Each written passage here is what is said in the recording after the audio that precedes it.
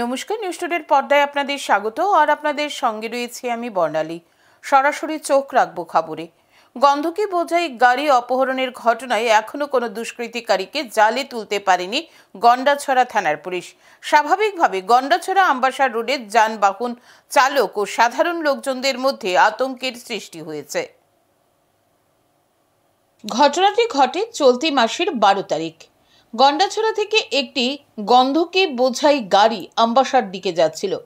বিকেল 4টা নাগাদ গাড়িটি জগবন্ধু বড় বাড়ি এলাকার মধ্যবর্তী স্থানে পৌঁছালে মুখে কালো কাপড় বাঁধা একদল দুষ্কৃতিকারী গাড়িটি থামিয়ে চালক, সহচালক এবং এক যাত্রীকে অপহরণ করে। এরপর তারা গাড়িটি প্রায় 5-6 কিলোমিটার গভীর জঙ্গলে নিয়ে যায় এবং 3 লক্ষ টাকার মালপত্র লুটপাট করে বলে অভিযোগ। লুটপাট শেষে তারা অপহৃতদের জঙ্গলে বেঁধে রেখে চলে যায়। এদিকে ঘটনাটি জানার পর গন্ডাছড়া থানার পুলিশ ঘটনাস্থলে পৌঁছায় এবং গোটা এলাকা চিরুনি তল্লাশি চালায়। তারা গভীর জঙ্গল থেকে অপহৃতদের উদ্ধার করতে সক্ষম হয় এবং উদ্ধার করে 20 থেকে 22 বস্তা গন্ধকি। তবে দুষ্কৃতিকারীদের খোঁজ পাওয়া যায়নি।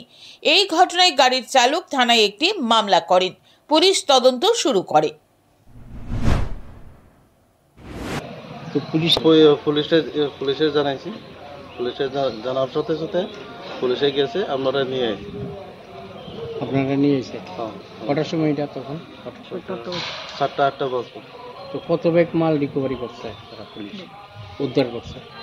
15টা ব্যাগ উদ্ধার করছে। গাড়িতে 4টে রেখে গেছে।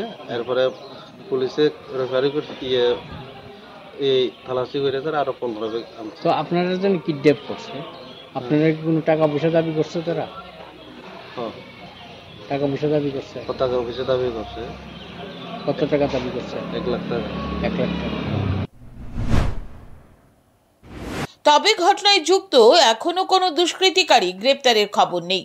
দাবি উঠেছে ঘটনায় যুক্ত দুষ্কৃতিকারীদের গ্রেপ্তার করার পাশাপাশি পুরো ঘটনার সুষ্ঠু তদন্তেরও দাবি উঠেছে। অন্যথায় আগামী দিনে এই ধরনের ঘটনা বাড়তে পারে বলে আশঙ্কা করছেন সচেতন মহল। Bureau report, news today.